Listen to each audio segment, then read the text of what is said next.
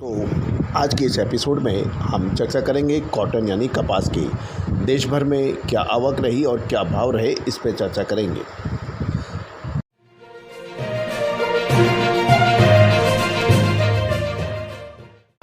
दोस्तों नमस्कार, मैं colonel Ajay, CEO Ajay astro money group first global astro finance digital channel से आपसे मुखातिब होता हूं।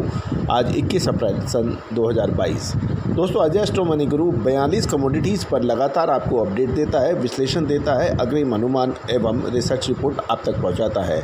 उम्मीद है कि आपको इसको बहुत ही पसंद आपने किया है। हम पूरी टीम की तरफ से आपको शुक्रिया भी अदा करते हैं। दोस्तों यदि आप हमारे चैनल पे नए हैं और अभी तक सब्सक्राइब और लाइक नहीं किया है तो आप बिल्कुल सब्सक्राइब और लाइक करना बिल्कुल ना भूलें और बेल आइकन यानी घंटी के निशान को भी आप प्रेस करना ना भूलें ताकि हर नोटिफिकेशन आप तक सबसे पहले पहुंच पाए। दोस्तों खबर मिल रही है कि देश भर में प्रमुख उत्पादक राज्यों में कॉटन की आवक कम बताई जा रही है और प्रमुख उत्पादक राज्यों में मंडियों को गुरुवार को कॉटन की आवक 25,400 बेल्स की हुई, जबकि बुधवार को इसकी आवक 28,000 बेल्स की थी। 28,000 के मुकाबले 25,400 गांठों की अराइवल रही। इसमें कुल अराइवल में पंजाब, हरियाणा, ऊपरी और लोअर राजस्थान से 2600 गांठों की आवक रही, जबकि गुजरात में सबसे ज़्यादा 12,000 बेल्स और महाराष्ट्र में 8,000 बेल्स आई। मध्य प्रदेश का कंट्रीब्यूशन 1200 गांठों का था और आंध्र प्रदेश और तेलंगाना से 800 गांठों का कंट्रीब्यूशन था। कर्नाटक की मंडियों में, कपास की मंडियों में 800 गांठ की ही आवक रही। गौरतलब है कि आंध्र प्रदेश और तेलंगाना मिलों की सीमित मांग से कॉटन के भाव तीसरे दिन भी स्थिर रहे। स्पिनिंग मिलों की सीमित मांग के कारण आंध्र प्रदेश और तेलंगाना की मंडियों में गुरुवार को लगातार तीसरे दिन कॉटन के भाव स्थिर रहे, जबकि इन राज्यों की मंडियों में कपास की दैनिक आवक भी स्थिर रही है। यदि हम सूत्रों की माने तो विदेशी बाजार में बुधवार को कॉटन की कीमतों में काफ़ी अच्छा सुधार आया था, जबकि इलेक्ट्रॉनिक ट्रेडिंग में दोपहर के भाव तेज़ी से बढ़ गए थे। यह भी सोचने वाली बात है कि घरेलू बाज़ार में मिले इस समय ज़रूरत के हिसाब से ही कॉटन की खरीदारी कर रही है, जबकि कपास की आवक उत्पादक मंडियों में सीमित मात्रा में हो रही है। राज्यों की जिनिंग मिल भी दाम घटाकर गांठों की बिकवाली नहीं कर रहे हैं, क्योंकि मिलों ने किसानों से बड़ी हुई कीमत में कपास की खरीदी की हुई है। इसलिए घरेलू बाज़ार में अभी कॉटन की कीमतों में बड़ी गिरावट की संभावना कम नज़र आ रही है। घरेलू वायदा बाज़ार में दोपहर के बाद कॉटन की कीमतों में मिलाजुला रुख देखा गया। NCDX पे अप्रैल वायदा अनुबंध में देखें तो कपास के दाम 0.62% तेज हो गए, जबकि MCX पर अप्रैल वायदा अनुबंध यदि देखें तो कॉटन के भाव 80 रुपये की गिरावट आकर दाम 44,590 रुपये प्रति गांठ रह गए। आंध्र प्रदेश और तेलंगाना की मंडियों में आज कपास की दैनिक आवक 800 गांठ रही। एक गांठ 170 किलो की होती है और कुल आवक में तेलंगाना की 500 गांठ और आंध्र प्रदेश की मंडियों से 300 गांठ की ही अराइवल रही। बुधवार को भी इन राज्यों में इतनी ही बेल्स की यानी कॉटन की गांठों की आवक हुई थी।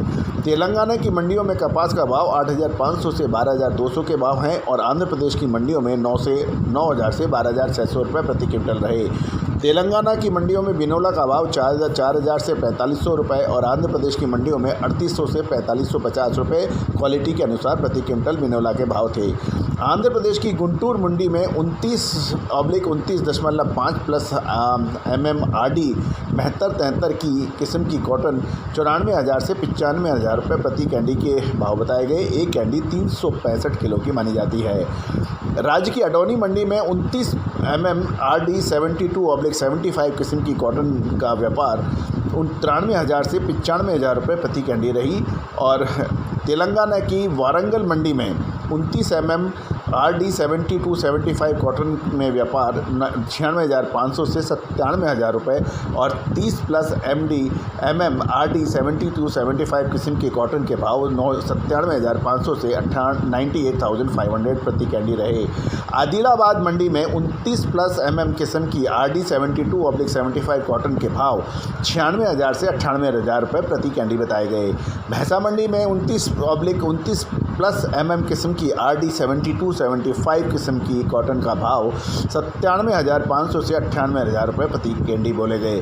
गौरतलब है कि हमने सबसे पहले आपको कॉटन सीज़न के अंदर तेज़ी की बात कही थी, अक्षर सत्य साबित होती नज़र आ रही है। आने वाले 1.5 से 2 महीने में कॉटन के भाव में ज़बरदस्त उतार चढ़ाव रहने की संभावना है। विशेष रिपोर्ट के लिए आप हमसे संपर्क भी कर सकते हैं। आप कपास के अंदर ज़बरदस्त मूवमेंट की संभावना बनती है, क्या ऊपर के होंगे या नीचे, उसके लिए संपर्क कर सकते हैं। दोस्तों, जीरा, धनिया, गेहूं, बाजरा, मक्का या फिर सरसों, सोयाबीन के ऊपर सटीक विश्लेषण आप तक पहुंचाने वाला देश का एकमात्र चैनल अजय एस्ट्रो मनी गुरु आपको हमेशा से ही अग्रिम चेतावनी देता आया है।